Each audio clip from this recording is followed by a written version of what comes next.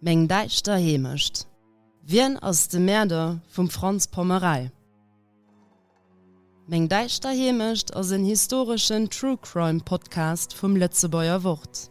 Dieser Podcast basiert auf tatsächlichen Evenementen, die aus Zeitungsartikeln und Originaldokumenten aus dem Enquetendossier so weit wie möglich rekonstruiert werden.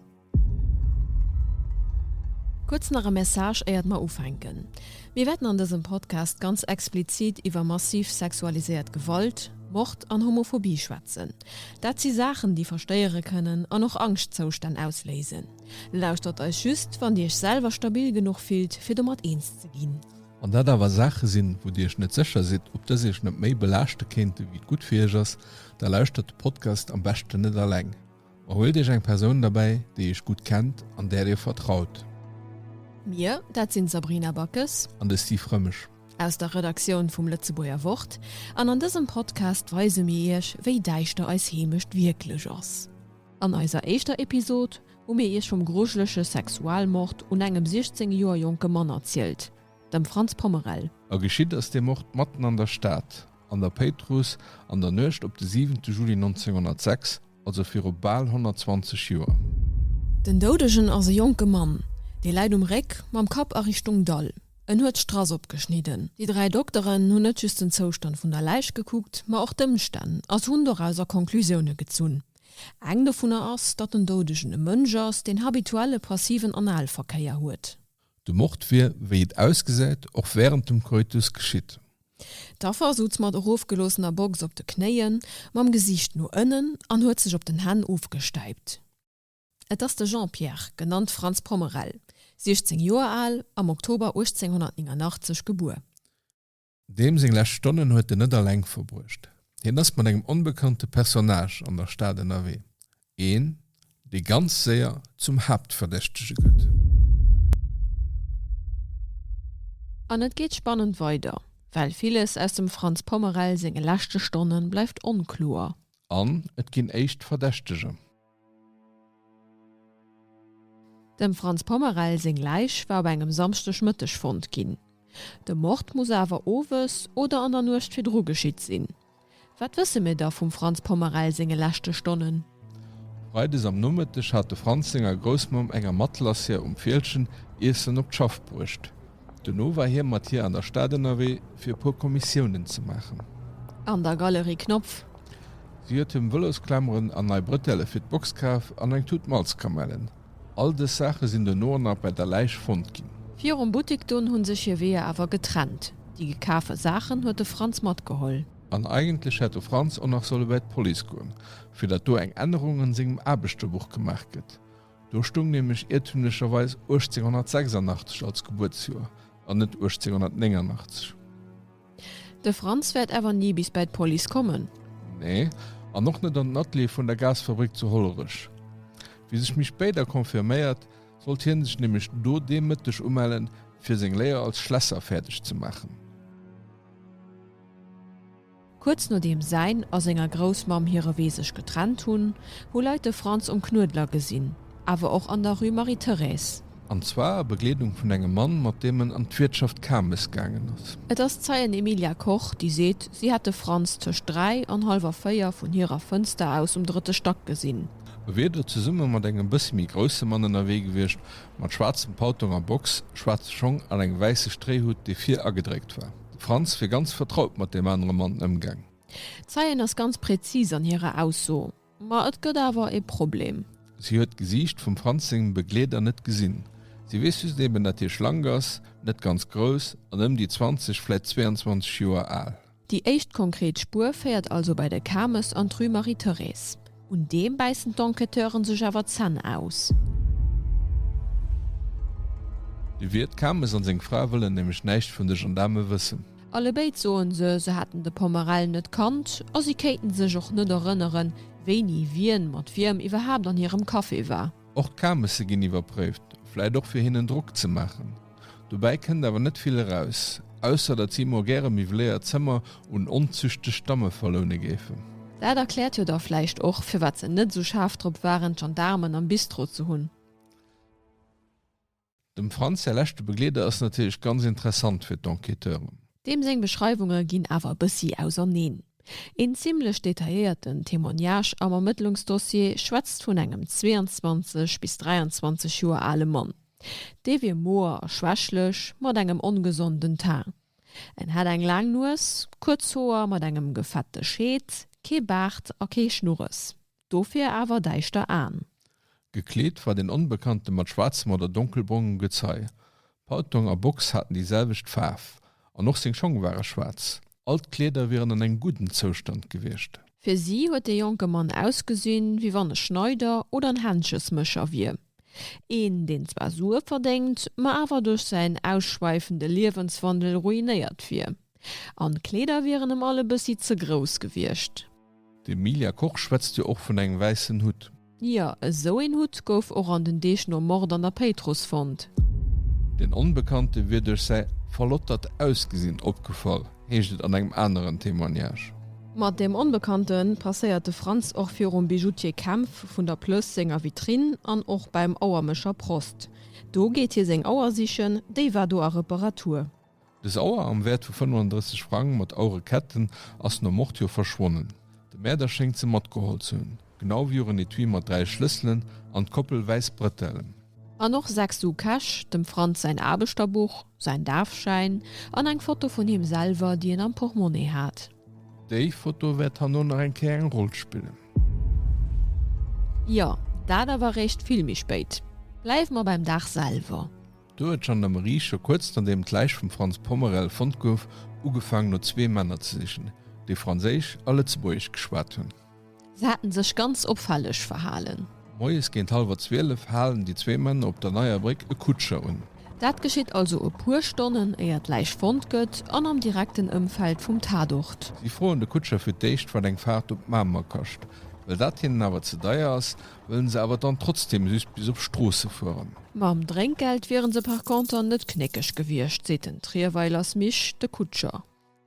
Den er so intrigiert von den 2 Unbekannten, dat hier bei de Gendarmen zu Stroße nofred, ob er an der Stadt vielleicht e gräseren Diefstahl ginnet.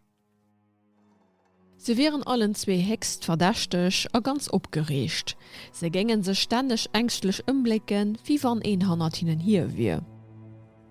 Och dem Chef de Gar vu Bachtring stechen die 2 direkt an da. Weil sie so schrecklich opgeregt sind. An noch hier fand ze hext verdächtig.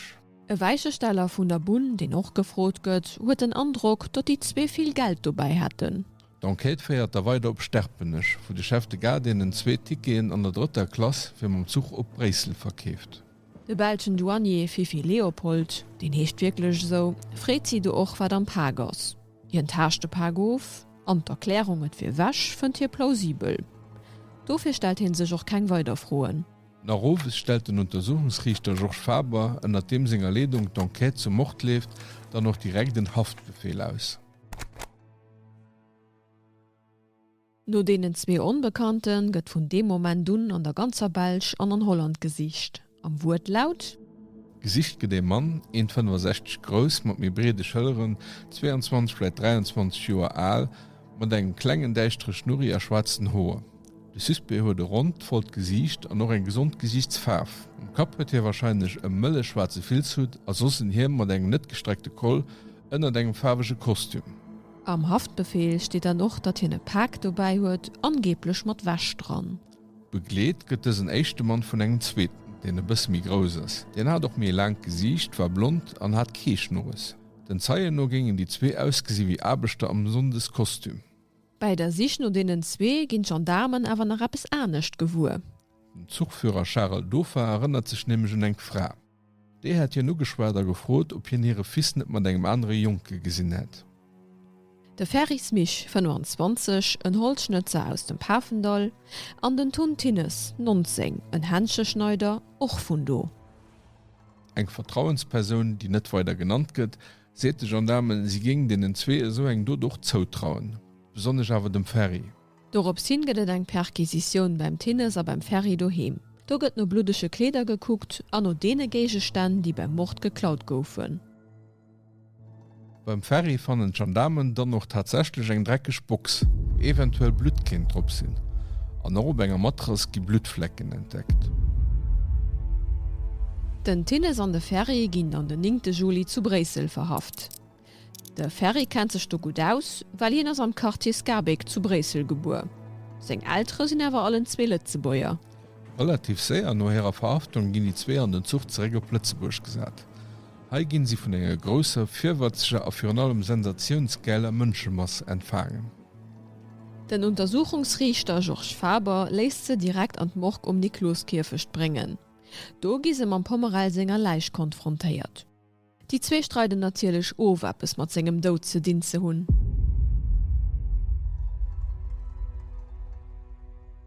Et stellt sich dun heraus, dat die zwee sech tatsächlich durch Bocht machen wollten, aber net wenn se gemocht.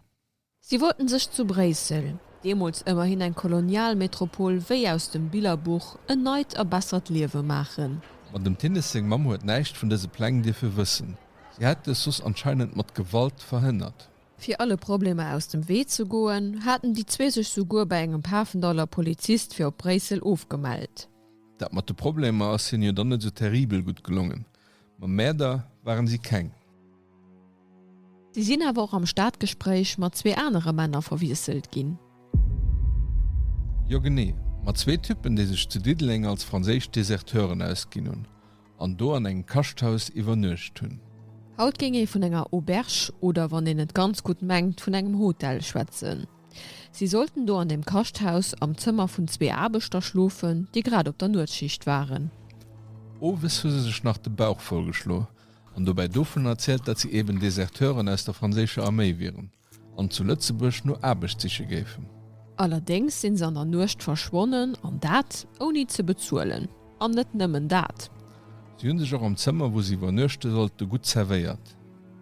Zwei funkelnei Kostümer an zwei pur Sondeschung losen sie mat goen. Das hun denen Arbeiter geheiert, die gerade op enger 36 Stunden Schicht op der Schmalz waren. Ihren regionale Butekuselei gelos. Et dauert aber net lang, bis die zwei Franzosen identifiziert gin. Sie hatten sich, wie sie zu Diddling gekommen sind, nämlich am Ausländerregister von der Police angedrohen, so wie das demals üblich ist. Der René Florentin Faure, 19 Jahre alt von Saint-Nazaire, an den Alexandre Pierre Viau, 20 von Placé. Beides leider an der Gegend von Nantes a Frankreich. Und das zwei nehmen ging ich mal ganz gut verhalen, weil sie werden noch extrem wichtig gehen. Fasse man nach einkeiert ze summen. Am Juli 1906 gëtt also e 16-jährigesche Jung am Petrusdal Matzen an der Stadt afer vun engem Sexualmord. De Franz Pomerel kriet während dem Koitus den Hals mat engem Messer queech vun engem Ower bei dat anet opgeschnitten.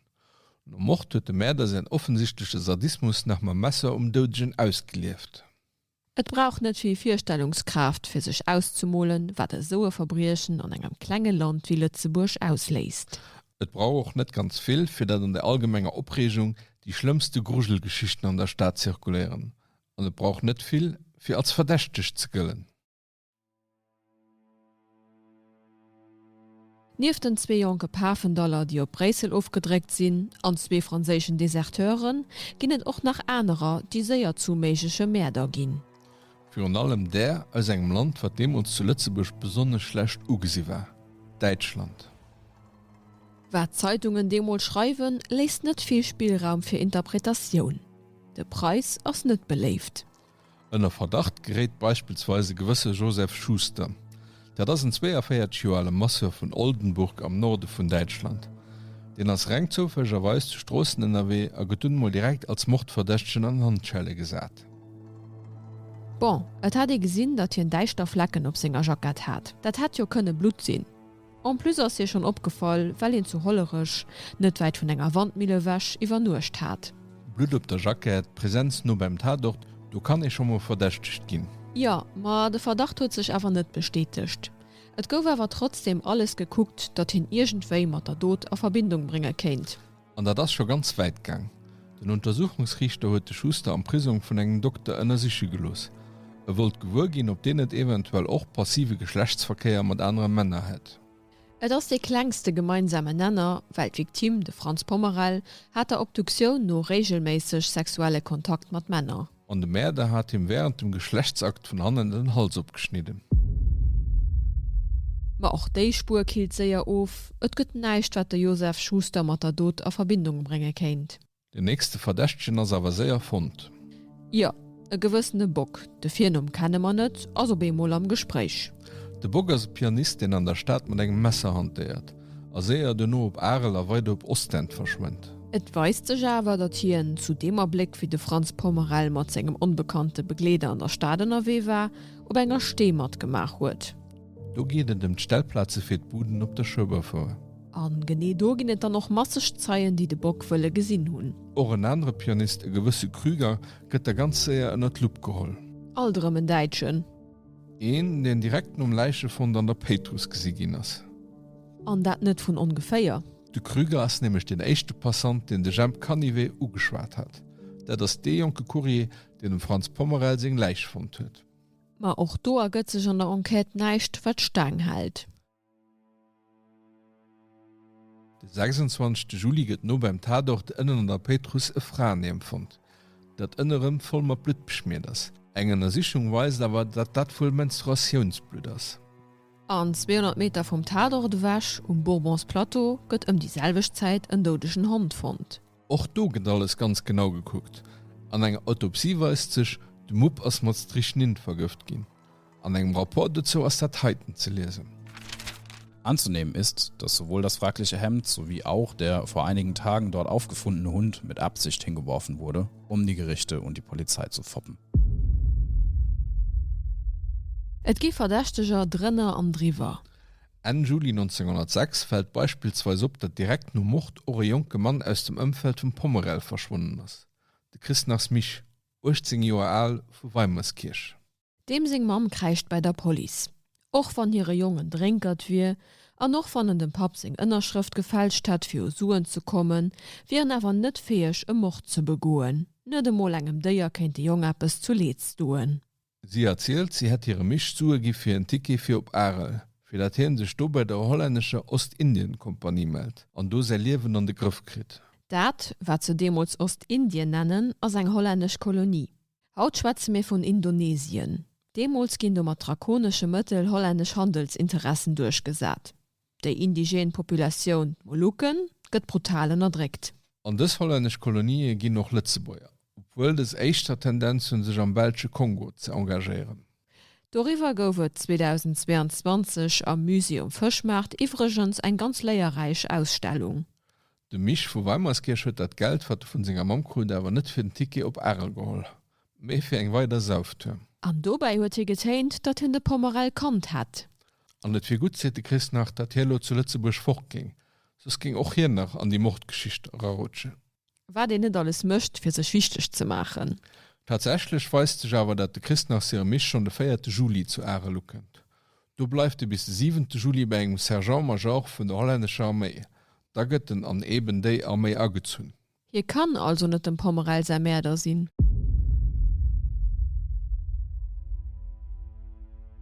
Nee, sein Alibi ist ziemlich gut. Da das dat Monst war die Sue kann. Römere sie bis haut an eng klenge Land wie Lützeburg, wo iwwer 6 Äcker jidere kennt, eng net unbedeutend Sach. Aber an dann nach die besser Gesellschaft an enger Mordaffären spielkennt, der Bauer keng Zeichnung zu machen. Mandat heier dir an der nächster Episode vu Meng Deichter hemischt. Immer sonndes op Wort.lu am Mittwochs op allgängige Podcast-Plattformen. Meng Deichter hemischt as e Podcast vum Lützebäuer Wort. Redaktion a Moderation se vum Steve Römisch a Sabrina Bockes, Sprech as sind Amelie Schröder a Marc Blasius, Titelmusik aus vum Christian Mertes, den Audioschnitt an de Sounddesign vum Marc Blasius, de Cover vum Mara Monen, an Grafik vum Mara Monen, Sabina Polanka a Christian Mertes.